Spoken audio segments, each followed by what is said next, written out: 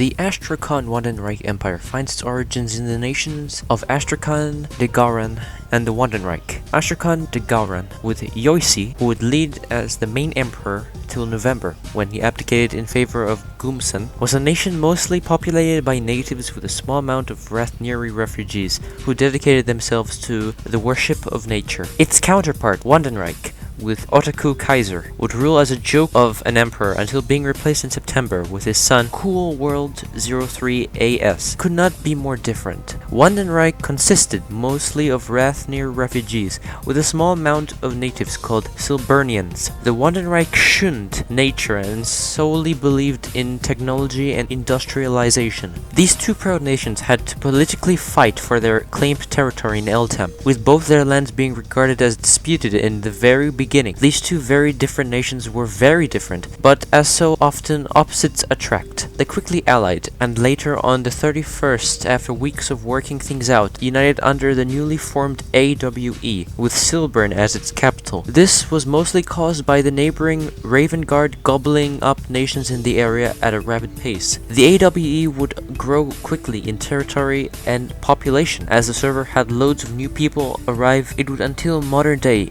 always be amongst the top 5 nations in Eltam. Its territorial expansion was marked by the vassalization of the neighboring countries of Bostadia and Stone, as well as the annexation of Enkan and Kansavia to its south. Political figures like Yoisi, Gumsan, the Infernal Fire, and Archeon would also write the constitution and establish the legal system, with extra credit going to the Infernal Fire, who was called the father of law by the AWE citizens. However, these developments on the political stage were insignificant compared to the alliance that its Minister of Foreign Affairs, Archeon Dracar, together with its leader of the Zamots Union, Drafnaris, and the leader of Aristios, Otto, would form the Triple Entente. This alliance was a declaration of friendship and brotherhood between the three juggernauts of Eltam. This alliance would later see the vassal states of the three join in with the likes of Sylvania and Lutum, and would be renamed to the Eltam Entente upon the entry of Eureka. With summer coming to a close, the AWE had to deal with a destabilized Bostadia, which was an absolute mess, so it dedicated with support of the Bostadian populace to annex it. Stone would see the same fate,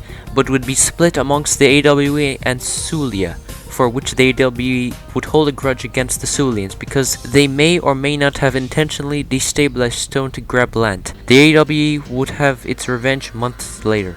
September was marked by large internal and external events. The Dracar family was founded by Archeon. This family would go on to dominate AWE politics up until modern day, and would rule in from the shadows. The external event was the conclusion of the Skjolbredir Zamots beef, when Zamots declared war upon Skjolbredir and called upon the Entente to arms, including the AWE. This conflict would see the AWE military face its first test since the reformation by Archeon and Oscar Dracar in the Battle of Hefnaheim. The results were to their satisfaction, seeing how they lost not a single man and had 13 confirmed kills on armed hostiles. The battle itself was a decisive victory for the Entente, and solidified itself as the nations of Eltam. The Entente made peace with Skjolbredir and reaffirmed the Entente in its unity after it had suffered some damage when a crisis broke out over the Fenian region between the AWE and Zamots, which almost led to the dissolvement of the Entente. The result was the firing of Archeon from his position of foreign affairs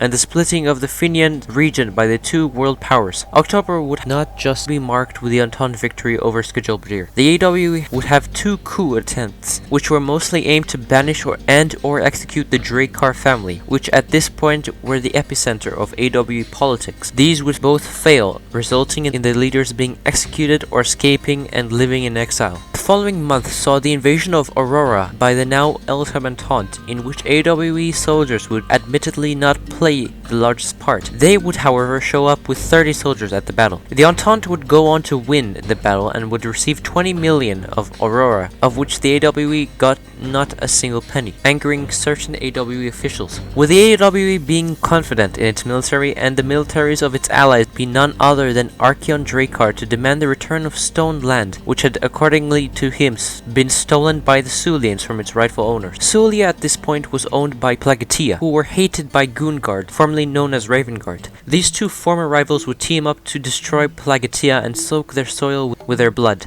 What would actually happen were painful negotiations until early January, when the AWE declared war. However, the Discord PvP would not end there. Plagatia and their network of alliances, known as the Sapphire Commonwealth, would ultimately surrender without a battle being fought, resulting in the AWE taking all former stone and the Sapphire Commonwealth collapsing. The Entente and the AWE would be victorious once more. This, however, was the last huzzah for the Entente, with the PvP group known as Shiro being banned, which was the main power of Zamoth. The Entente started falling apart and would, in February, be disbanded as a result of Eureka being kicked out after attempting speed conquest northeast Eltam. The AWE objected to Eureka's removal, but they could not stop it. The Entente had dominated Eltam politics for almost 6 months, but all great things must end one day. The AWE, during all of these events, was not exactly being idle. Its foreign affairs minister, Emerson Dracar, would establish many vassals in Eltam, some being not the best choices and would cause the AWE issues down the road, but many fruitful allies with likes of Vespera, a Lutum and Visio merger, Santochi, Tempesta, Montrium, and Somora. With these vassals, the AWE practically doubled in size and population. Furthermore, the AWE had been constructing such magnificent road networks that they would have to put ancient Rome to shame. These road networks were connected to every town, and there were even ice highways connected to the Zamoth Union. These were all constructed by the National Engineers, and most notably Bingan HE. The AWE would, for the next couple of months until modern day, be fighting in proxy wars and stabilizing protectorates, with examples like the Tempesta Crisis, which almost led to a war between the Constellation and the AWE, and the Montrium Civil War. In the AWE, its capital was changed to Steigenhaven, with the Steigen province being the most densely populated. The current state of the AWE is the awakening of a sleeping giant, with massive amounts of new people sailing to its shores to re-establish the empire to its former glory. Its military is being reformed and cities ever expanding. Praise to the AWE. Thanks for watching and please subscribe. It really helps out the channel. Thank you. And also a big thanks to Archeon for helping make the script for this video. It was such a big help and couldn't have done it without him. Peace out and goodbye.